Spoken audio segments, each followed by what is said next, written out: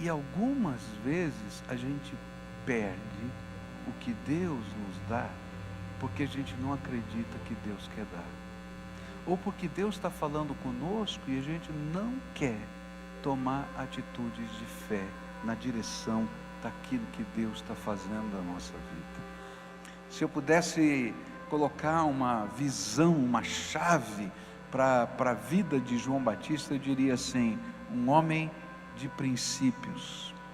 E foram justamente os seus princípios que fizeram com que ele fosse depois para a cadeia, fosse decapitado, porque ele não tinha medo, nem tinha vergonha de anunciar publicamente os princípios que norteavam a sua vida e que norteavam aquilo que ele entendia ser o reino de Deus. E então ele chegava para um soldado romano e dizia assim: soldado romano, para de receber propina para fechar os olhos e vive com o teu soldo. Você já pensou? Isso era um homem de princípios. Ele chegava para o judeu e dizia assim: ó raça de víboras, porque vocês têm a lei, têm os profetas, mas não vivem nada do que está escrito. Está entendendo? Ele era um homem de princípios. Chegava para o rei e dizia assim: rei, você está em pecado, porque você roubou a tua cunhada do seu irmão. Para com isso, está tudo errado. E foram justamente essas posturas que fizeram com que muitos se arrependessem dos seus pecados, fossem batizados. Mas também foram estas posturas que o levaram para o calabouço. Então, se eu pudesse dar um título para João Batista, eu diria assim: um homem de princípios. E nesta manhã eu queria começar a olhar para alguns dos princípios que João Batista defendia com a sua própria vida, como um valor de vida, como um princípio de fé, como algo que não podia ser de qualquer maneira alienado de si mesmo. A palavra de Deus nos diz assim, João 3, a partir do verso 22. Depois disso, Jesus foi com os seus discípulos para a terra da Judéia, onde passou algum tempo com eles e batizava. E João também estava batizando em Enom, perto de Salim, porque havia ali muitas águas e o povo vinha para ser batizado. E isto se deu antes de João ser preso. E surgiu uma discussão entre alguns discípulos de João e um certo judeu a respeito da purificação cerimonial. Eles se dirigiram a João e lhe disseram: mestre, aquele homem que estava contigo no outro lado do Jordão, do qual testemunhaste, está batizando e todos estão se dirigindo a ele. A isso João respondeu: uma pessoa só pode receber o que lhe é dado dos céus. Vocês mesmos são testemunhas de que eu disse: eu não sou o Cristo, mas sou aquele que foi enviado adiante dele. A noiva pertence ao noivo. O amigo que presta serviço ao noivo e que o atende e o ouve, enche-se de alegria quando ouve a voz do noivo. Esta é a minha alegria, que agora se completa. É necessário que ele cresça e que eu diminua. Aquele que vem do alto está acima de todos. Aquele que é da terra pertence à terra e fala como quem é da terra. E aquele que vem dos céus está acima de todos. Ele testifica o que tem visto e ouvido, mas ninguém aceita o seu testemunho. Aquele que o aceita confirma que Deus é verdadeiro, pois aquele que Deus enviou fala as palavras de Deus, porque ele dá o Espírito sem limitações. O Pai ama o Filho e entregou tudo em suas mãos. Quem crê no Filho tem a vida eterna. Já quem rejeita o Filho não verá a vida, mas a ira de Deus permanece sobre ele. Pai querido, em nome de Jesus, nós queremos pedir que o Senhor fale conosco nessa manhã. Que os valores, que os princípios que João Batista nos ensinou, que ele viveu, possam ser esclarecidos para nós, mas que não sejam apenas matéria da história, mas que seja, Senhor, valor e princípio do reino que nós abraçamos, que nós vivemos e que nós esperamos do Senhor construir em nós mesmos. É aquilo que oramos no nome de Jesus. Amém e amém. Quais eram os princípios que norteavam a vida de João Batista? É interessante porque ele vai anunciar alguns desses princípios, existem mais do que esses, mas ele vai anunciar num contexto interessante. Queria que você imaginasse a cena. Jesus foi até João Batista para ser batizado. E aí, quando ele chega lá, João Batista diz assim: eis aí o Cordeiro de Deus que tira o pecado do mundo. E quando ele chega e diz assim: olha, João Batista, eu quero que você me batize. Ele diz: quem sou eu para batizar o Senhor? Eu não sou digno sequer de tirar as correias das suas sandálias. Mas ele insiste, Jesus diz: olha, é necessário que se cumpra toda a justiça e todo o propósito de Deus na minha vida. E então João Batista o batiza. E naquele momento Deus dá um sinal para João Batista. E ele então começa a dizer que ele viu o céu aberto. E uma pomba que descia sobre ele, revelando para João Batista que aquele era o Messias, e que o Espírito de Deus estava derramado sobre ele. E é nesse contexto em que ele, sabendo da sua vocação, que ele tinha sido chamado para vir na frente, preparando o caminho do Messias, ele está feliz, porque a missão dele está se completando. Ele conseguiu completar parte do propósito de Deus para a sua vida. Mas, depois desse fato, o seu ministério muda. E havia multidões e mais multidões que perseguiam João Batista. Onde ele ia e onde ele batizava, as multidões chegavam. E começou a diminuir o número das multidões.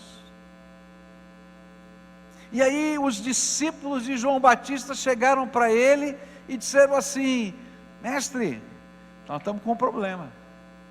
Olha, você lembra aquele homem que se apresentou aqui, batizou e tal? Está fazendo concorrência. E está ganhando a concorrência. Ele também está batizando ali do outro lado. E olha, as multidões estão indo para lá. Qual vai ser a estratégia de retomada? E é nesse contexto que valores profundos da alma são revelados para a gente. Sabe por quê? Porque é muito complicado você lidar quando o propósito de Deus para a tua vida não é crescer, é diminuir. É muito complicado você lidar quando você entende que você faz parte de um cenário maior do que aquilo que você quer para você mesmo, e que você quer construir só para você. É muito complicado lidar com aquilo que está acontecendo conosco, quando a gente tem que dar honra a outros, não receber a honra. E aí João Batista começa a explicar algumas coisas que são princípios que precisam estar no coração de qualquer servo de Deus. Você é servo do Senhor, você quer servir ao Senhor, então você precisa ter esses princípios. Primeiro princípio que eu vou aprender aqui, está no versículo 27, onde diz assim: a isso João respondeu: uma pessoa só pode receber o que lhe é dado dos céus. Vamos ler juntos esse versículo? Uma pessoa... está muito fraquinho. porque isso é muito sério. Vamos ler com força. Uma pessoa...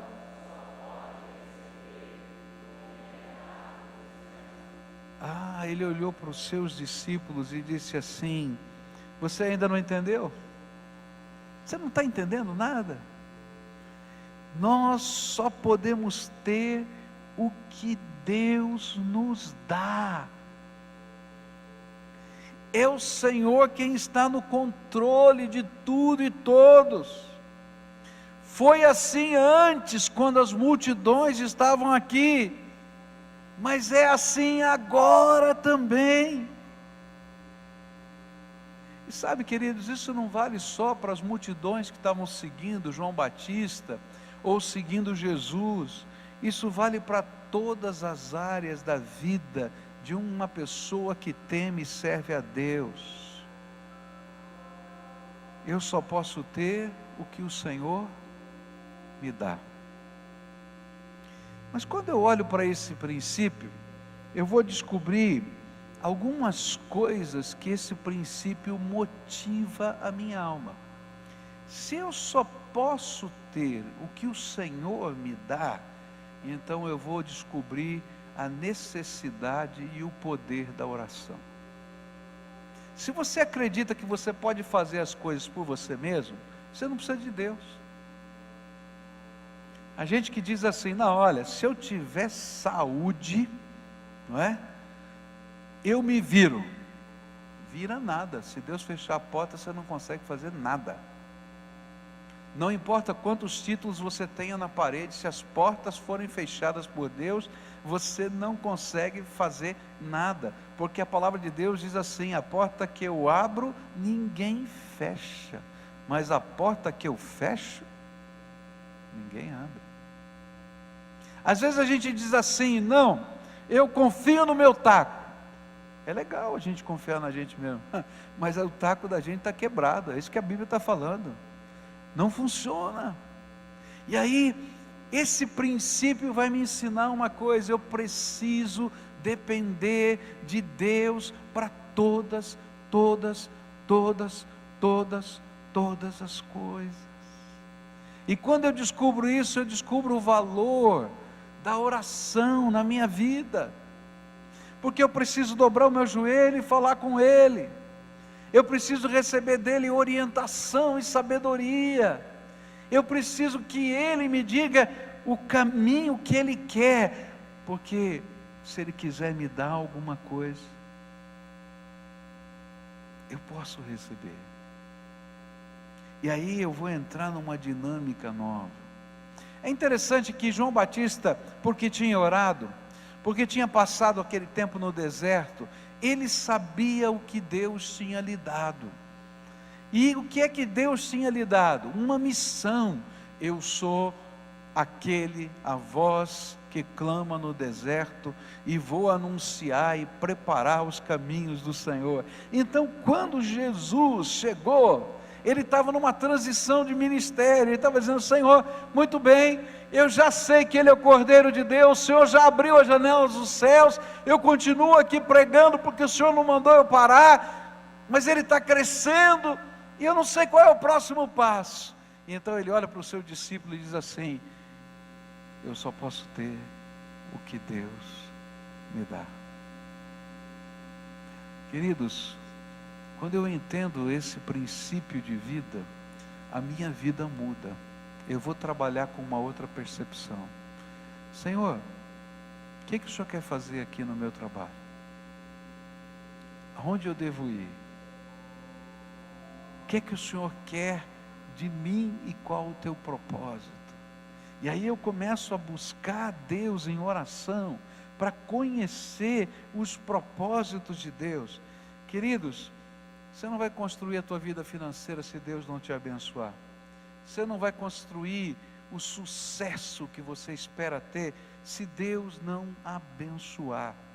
Os seus relacionamentos familiares não vão estar da maneira como você imagina ser o melhor se Deus não abençoar. As questões do seu coração não serão resolvidas se Deus não abençoar, porque dele, do Todo-Poderoso, procedem todas as coisas. E quando estamos afinados com esta visão, ainda que a nossa missão esteja chegando ao fim, como a de João, o nosso coração vai estar sempre satisfeito, pois saberemos que estamos no centro da vontade de Deus, pois ali, na senda da oração, Ele nos revelará os seus propósitos. É interessante como essas coisas acontecem no dia a dia da gente. Nós, como igreja, trabalhamos com muita gente, e muitos vocacionados estão aqui, não é? O ano passado nós tínhamos, esse ano eu não sei quantos, mas parece que 60 vocacionados, 60 pessoas que estão estudando para serem pastores ou missionários, são membros da nossa igreja. E aí muitos deles treinam conosco, são nossos estagiários, e a gente investe a vida, o Paulinho, eu, todos os pastores, investe a vida mesmo, eles nos ajudam muito, mas a gente passa muitos valores, e quando eles estão prontinhos, bonitinho, a coisa está azeitada, está funcionando, eles vão embora. E a gente diz, e aí? Não, quando eu entendo que eu só tenho aquilo que Deus me dá, e que Deus tem um propósito para cada uma dessas coisas, eu vou ficar feliz com a bênção que Deus está dando no ministério de cada uma dessas pessoas. Você está entendendo?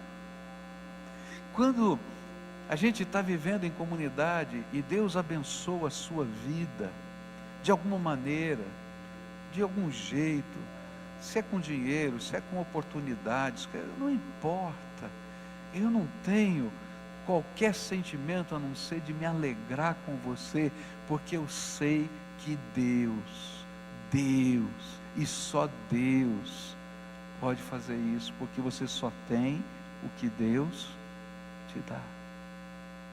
Está entendendo? E se a missão de uma pessoa é diferente da minha, qual é o problema? Porque todos nós só temos o que Deus nos dá. Então o que eu vou fazer? Eu vou procurar saber o que Deus tem para me dar. Sabe por quê? O reverso da moeda é verdade. Tem muita coisa no celeiro de Deus, no armário de Deus, que Ele não pode dar. Ele quer dar, mas você não aceita. Ele quer fazer na tua vida e você não deixa. Porque você está lutando contra os propósitos de Deus, e aí aquelas bênçãos ficam retidas. Então eu vou aprender com João Batista esse princípio. Se eu só posso ter o que Deus me dá, eu vou pedir para Ele. E algumas vezes Deus vai dizer assim, isso eu não vou te dar, meu filho, porque não é bênção na tua vida. E eu vou dizer, aleluia, Senhor, porque o Senhor está no controle. Mas outras vezes Ele vai dizer assim, filho, eu quero te dar e você não está abrindo os olhos, acorda. E aí a gente acorda e desperta. Eu me lembro que quando nós fomos comprar um apartamento aqui em Curitiba, aconteceu uma coisa muito interessante. A gente estava orando, pedindo a Deus que Deus nos desse um bem para morar. Nós tínhamos um bem em São Paulo, mas nós queríamos um bem para morar. E aí começamos a orar, e eu não tinha dinheiro para dar entrada, não é? Eu até teria dinheiro para pagar as prestações, mas eu não tinha dinheiro para dar entrada. E aí, a gente orando, e um dia chegou um envelope na nossa casa, com um catálogo de uma construtora, e uma irmã, na época era membro da nossa igreja, seu marido não membro da nossa igreja, disse, olha, pastor, vai ver se não tem alguma desses apartamentos que estão sendo construídos pela construtora do meu marido, que serve para o Senhor, para a gente ver se dá negócio. Aí eu olhei aquilo assim, pensei assim, é muito complicado esse negócio, é muito complicado. Primeiro, é complicado porque eu não tenho dinheiro para dar entrada, vai ficar uma vergonha danada, vai me perguntar, quanto você pode dar de entrada? Não tenho nada, então vai ficar ruim. Segundo, porque está acima da minha condição. Aí eu deixei lá, ficou um mês, e aquela irmã ligou, pastor, você já viu o envelope que eu mandei aí para o senhor? E eu disse, vi, então, e aí pastor, o senhor não quer ver nada? Eu falei, olha minha irmã, que tal? Eu falei, não pastor, vai ver lá, vai ver, pelo menos vai ver. Eu falei, ixi, o negócio ficou feio, né? Pelo menos vai ver, né? Então tá, daí fomos ver, né? E aí quando nós estávamos indo para ver, eu estava com meu coração pesado, e aí a gente marcou lá com a pessoa para olhar o apartamento, e a gente foi fazer o nosso momento devocional, né? A gente tinha um devocionário, começo do pão diário, a gente abriu aquele devocionário, e foi muito interessante, porque naquele dia, né, coincidentemente, aquelas coincidências assim divinas, né, estava escrito o texto: aonde pisar a planta do vosso pé, essa terra será vossa. E a gente leu e falou assim: esse negócio está sério. E aí então a gente foi lá e subiu para ver o apartamento, achamos o apartamento bonito e etc. E fomos para casa, e a gente continuou orando, e daí liga o esposo dessa senhora: pastor, gostou do apartamento? Como é que eu não vou gostar? Maravilhoso. Então, pastor, vem aqui para a gente conversar, para fazer negócio. Eu falei: misericórdia, como é que vai ser? E aí então nós chegamos no escritório para conversar com aquele senhor, e ele disse aí: pronto, pastor, gostou, então vamos fazer aqui um negócio, o que é que o senhor pode dar de entrada?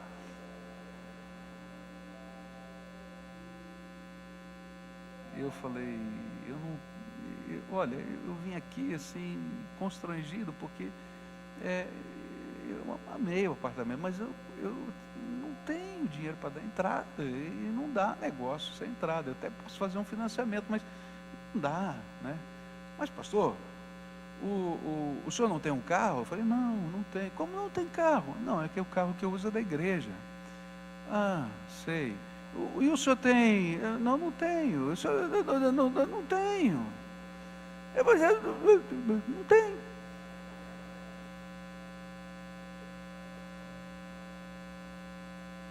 Tá bom. Então quanto o senhor pode pagar por mês para a entrada? Aí eu olhei para minha mulher assim e falei: misericórdia, se eu não falar que eu não tenho nada, eu estou perdido aqui. Ela olhou para mim com aquela cara de angústia, e eu chutei um valor assim, mas um valor assim, eu não tinha, mas eu chutei. E foi interessante que passaram-se alguns dias, ele falou: deixa eu pensar um pouco. Daí ele me liga, ele manda para mim um documento fazendo uma proposta de negócio, numa conta de chegada, onde eu ia financiar o apartamento em 10 anos e ia pagar a entrada em 12. Só para você ter uma ideia. E aí chega aquela proposta de negócio, eu olho para aquilo e falei: o negócio está ficando sério. Está muito sério. E aí eu disse: olha, meu querido, então vamos fechar negócio? Eu falei: não é bem assim. Eu tenho que orar. Mas como, pastor? O senhor vai orar? Eu vou orar. Tá? Eu não faço nada sem orar, então. E eu falei para minha mulher: estou com medo desse negócio aqui, vai ser complicado, está apertado. Ela falou: tá bom, então vamos pedir um sinal para Deus. Então tá bom, vamos pedir um sinal para Deus. Eu pedi um e minha mulher pediu outro. E aí eu estou lá no centro da cidade, um dia chega uma senhora e coloca R$50 no bolso, no meu bolso do paletó. E eu falei: mas senhora, o que é isso? Não, Deus me mandou colocar esse dinheiro no seu bolso. Mas para construção, para missões? Não, Deus me mandou colocar esses R$50 no seu bolso. Aí quando a minha esposa passa com o carro para me pegar ali no centro, eu falei: mulher, aconteceu uma coisa tão esquisita. Chegou uma senhora aqui, passou o pastor e tal, não sei o que, pegou, abriu a carteira, botou R$50 no meu bolso, eu não entendi nada, a mulher saiu falando e foi embora. E eu achei tão esquisito isso. E minha mulher: é o sinal de Deus. Como assim o sinal de Deus? Eu falei assim: que se Deus desse uma oferta para a gente, nem que fosse de R$1, era para a gente fazer negócio. Aí eu fiquei: esse negócio está sério. Aí eu fui para casa e falei: Senhor, eu pedi um sinal, o Senhor ainda não me deu o sinal, o Senhor vai falar comigo, vai falar através da Bíblia. E aí então eu abri a Bíblia e Deus falou assim para mim: já vistes a terra, já espiastes a terra, vistes que é boa, por que te demoras para tomar posse dela? Precisa de mais? Deus não é tremendo? Agora, por que eu estou falando isso? Porque você só pode ter o que Deus te dá. E algumas vezes a gente perde o que Deus nos dá, porque a gente não acredita que Deus quer dar. ou porque Deus está falando conosco e a gente não quer tomar atitudes de fé na direção daquilo que Deus está fazendo na nossa vida. João Batista era um homem de princípios. Só posso ter o que Deus me dá. E aí eu descubro o poder da oração. Eu vou falar com Ele: Senhor, o que é que o Senhor está dirigindo na minha vida? Como o Senhor está fazendo? De que jeito o Senhor está fazendo? Mas eu vou descobrir também o poder, a graça de uma vocação. Se só temos o que Ele nos dá, nós precisamos entender que o seu chamado é uma dádiva preciosa demais para a nossa vida. E se Deus está falando para você: filho, eu estou te colocando nessa missão, Deus está te dando uma missão, é algo precioso demais. Vocação, era isso que João Batista entendia. Eu não estou aqui para fazer adeptos, eu estou aqui para cumprir a vontade de Deus. E aí, se a vontade de Deus é que eu preparasse o caminho do Messias, e o Messias está crescendo, eu estou no centro da vontade de Deus. Queridos, às vezes Deus vai mexer na tua vida, vai começar a mexer na tua vida, vai começar a mostrar coisas para você, vai começar a incomodar você, vai começar a dar para você um sentimento de missão, de necessidade de realizar algo no reino.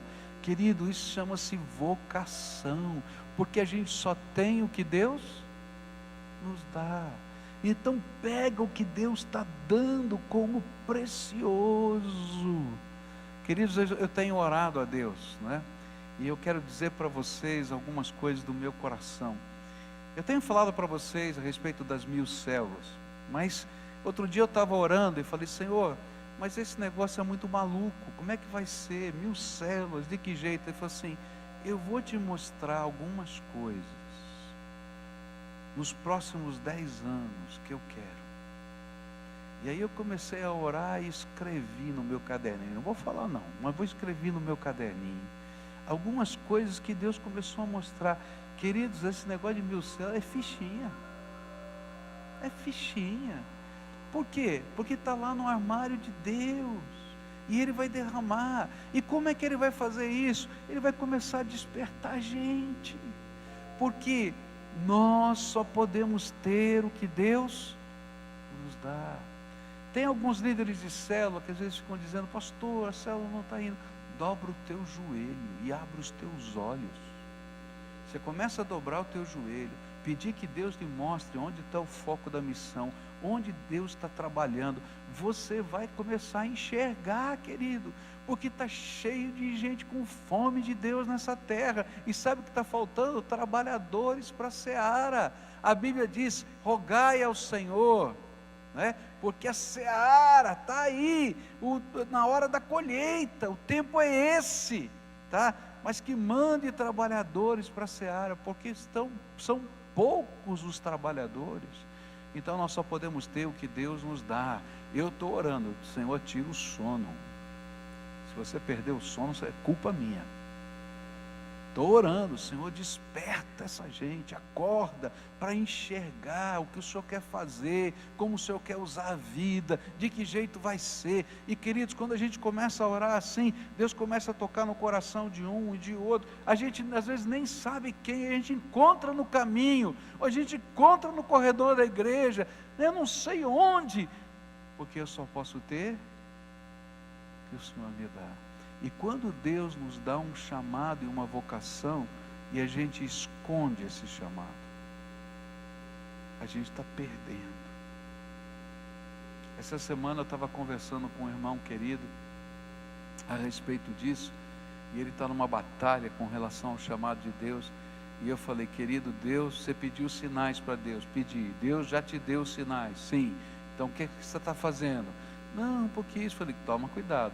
Se Deus precisar tirar toda a comida da sua casa, para você entender que Ele te chamou, Ele tira toda a comida da sua casa, porque a gente está em rebeldia. Queridos, eu só posso ter que Deus me dá. Então toma cuidado quando Deus estiver tocando o seu coração, vocacionando você, empurrando para frente, para que você tenha percepção e você entenda que é algo precioso de Deus que está acontecendo. E quando eu vivo isso, eu tenho pressa. Eu tenho pressa, porque há um princípio no reino de Deus tremendo. O princípio do reino de Deus é que se você estiver no centro da vontade de Deus, e você estiver cumprindo bem o ministério que Deus te deu, Ele vai acrescentar mais. A palavra de Deus diz isso na nossa vida, lá na parábola dos talentos. Lembra da parábola dos talentos? Tinha um que tinha 5, 2 e 1.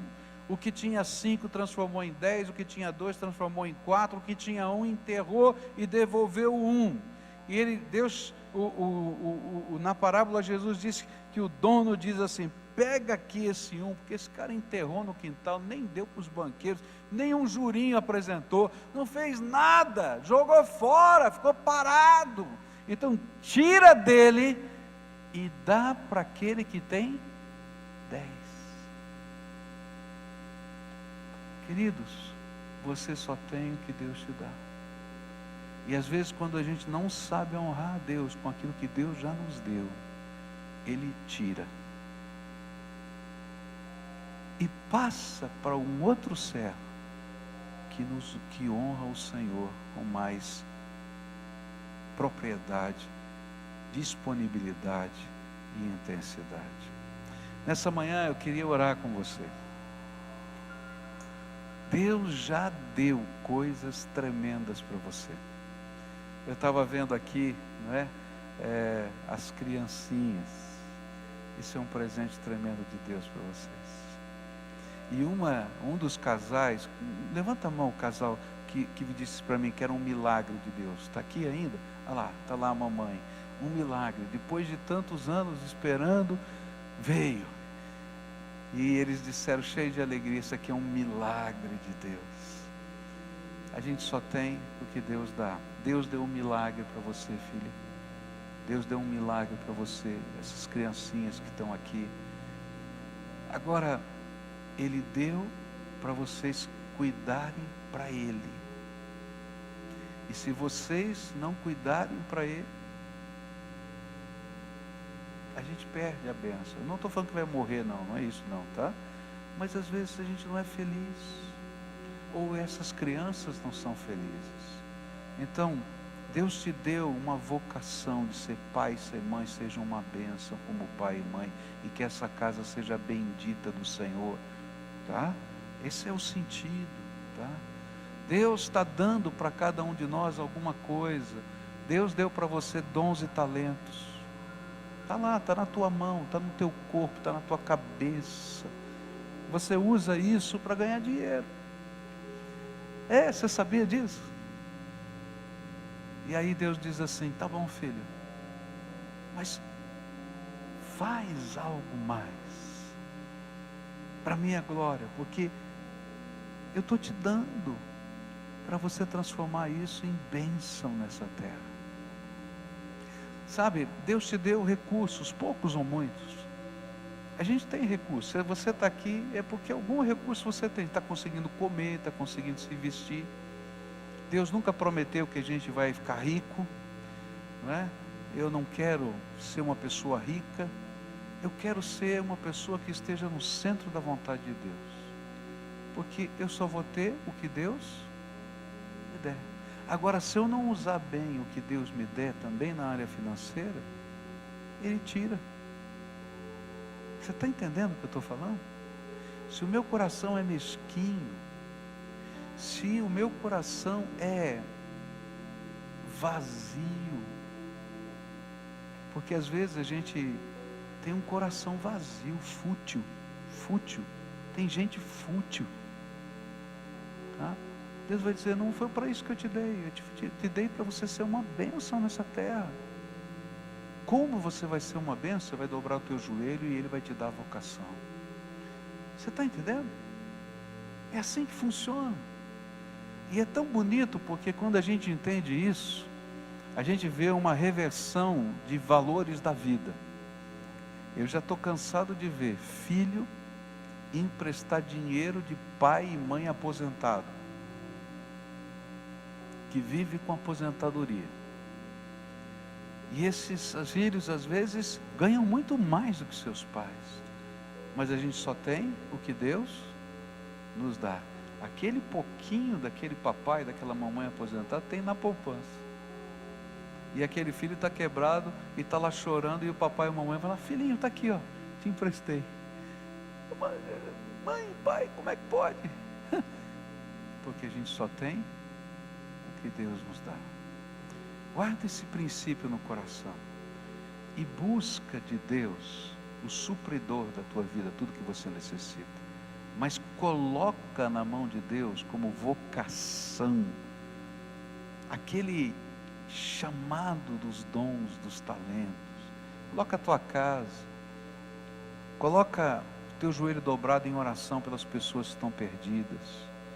Coloca a tua vida. Eu quero ver as 1000 casas abertas, os 2000 líderes de célula, os 2000 discipuladores funcionando aqui, e eu vou ver muito mais do que isso, em nome de Jesus. Nesses 10 anos você não vai imaginar o que vai acontecer. Deus já me falou isso, eu tenho certeza. Eu tenho certeza. E como a gente só tem o que Ele dá, se Ele prometeu, eu estou tranquilo. Eu vou continuar buscando, e vai passar pela minha vida e vai passar pela tua vida. Vamos orar por isso agora? Curva a tua fronte. O que o Espírito Santo falou com você nessa manhã? O que Ele ensinou para você nessa manhã? Qual é o valor que Ele gostaria que você estivesse aplicando na tua vida? Que área da tua vida precisa mudar? O que o Espírito falou? Se Ele falou alguma coisa para você, responde. E diz: Senhor, eu ouvi a tua voz, e eu vou começar a dar alguns passos. Agora, se tem alguma área da tua vida que está muito ruim, ora, porque você só tem o que Deus pode te dar. Então, Senhor, eu quero pedir a tua intervenção nessa área da minha vida, e eu quero entender o que o Senhor quer fazer. Então abre os meus olhos para que eu entenda. Senhor Jesus, é em teu nome que nós estamos orando aqui, estudando a tua palavra. Obrigado pela vida de João Batista, um homem de princípios, que nos ensina uma coisa tão simples: que o Senhor é dono de todas as coisas, inclusive do sopro da vida, e que um dia prestaremos contas de tudo que o Senhor colocou nas nossas mãos, e que a nossa alegria não é ter ou desfrutar, a nossa alegria é cumprir o propósito do Senhor com aquilo que o Senhor tem nos dado. Porque se só tivermos a mente fixada em ter e desfrutar, o Senhor vai tirar. Escuta, Deus, o nosso clamor, e abre os nossos olhos, e usa a vida do teu povo para a tua glória. E agora, Senhor, que nos preparamos para celebrar a ceia do Senhor, fala conosco, ministra no nosso coração, toca nossa alma, e que ao beber do vinho e comer do pão, nós estejamos celebrando sim a morte e ressurreição do Senhor, mas celebrando o Senhor, que é dono de todas as coisas, inclusive da nossa vida. É aquilo que oramos em nome de Jesus. Amém e amém. Dormindo no meu leito, em sonho encantador, um dia eu vi Jerusalém e o templo do Senhor. Ouvi cantar crianças e em meio a seu cantar rompeu a voz dos anjos do céu a proclamar. Rompeu a voz dos anjos do céu a proclamar.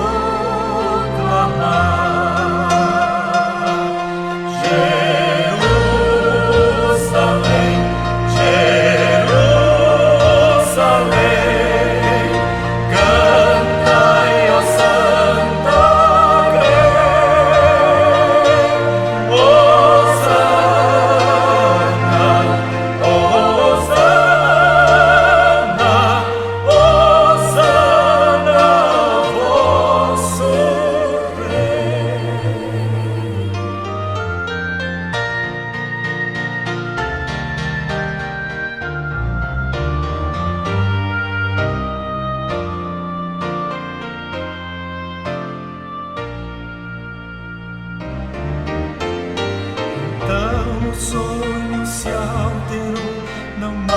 o som feliz, ouvia das hosanas dos coros infantis. O ar em torno se esfriou, do sol faltava luz, e no alto tosco monte vi o vulto de uma cruz. E no alto e tosco monte vi o vulto de uma cruz. Jerusalém, Jerusalém, aos anjos escutei. Hosana, Hosana, Hosana ao vosso Rei.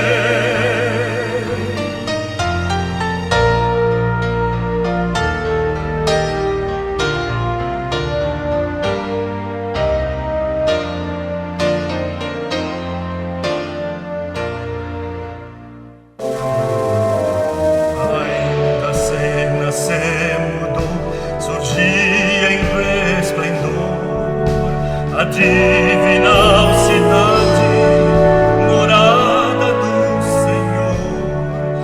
Da lua não brilhava luz, nem sol nascia lá, mas só fugia a luz de Deus, puro e impura em seu brilhar. E todos que